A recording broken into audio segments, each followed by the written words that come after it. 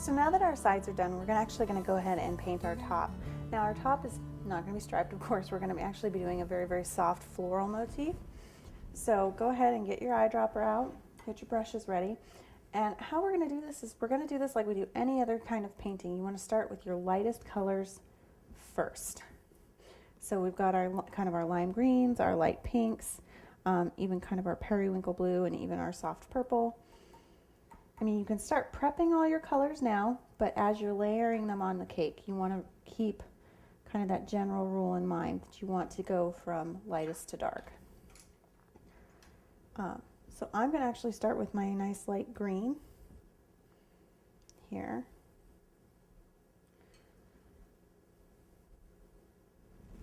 And all I'm going to do is, okay, so if this is kind of the front of my cake right here, and we are going to put like a little plaque. I'm going to kind of keep that in mind, the positioning of that plaque in mind as I start my painting. So all I'm doing now is I'm taking my brush, and with this light green, I'm just kind of brushing in kind of this general kind of leaf shape.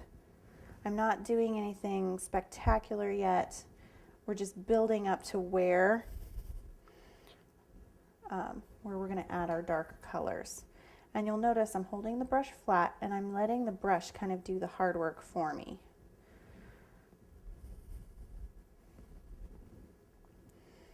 So if you press down and then pull out, you'll be left with that kind of nice shape. And we're not necessarily doing anything even specific here as far as a motif. We're really just more suggesting kind of a floral design. Now, and I mean, I did a lot of research before I came up with this project, and what I really had in mind were those beautiful antique hat boxes that you see in antique stores or in museums even, where the designs are kind of faded.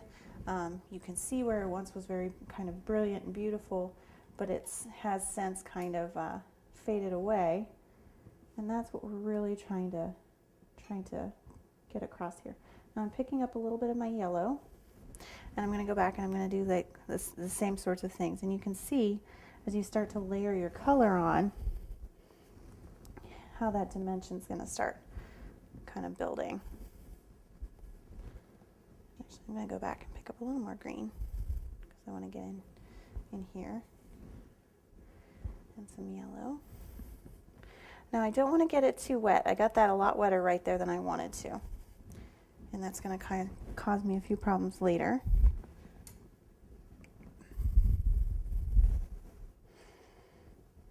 There we go.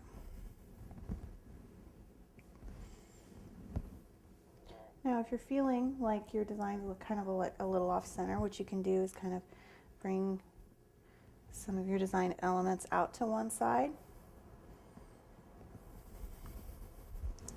However you feel like you need to even it out.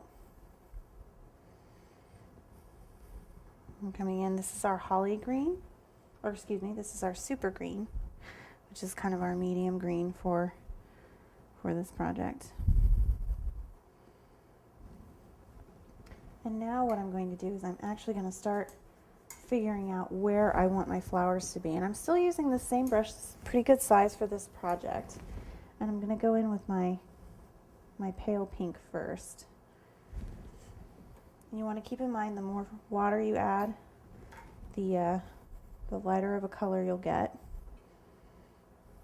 And I'm just going to start making those suggestions on where those blossoms are going to be.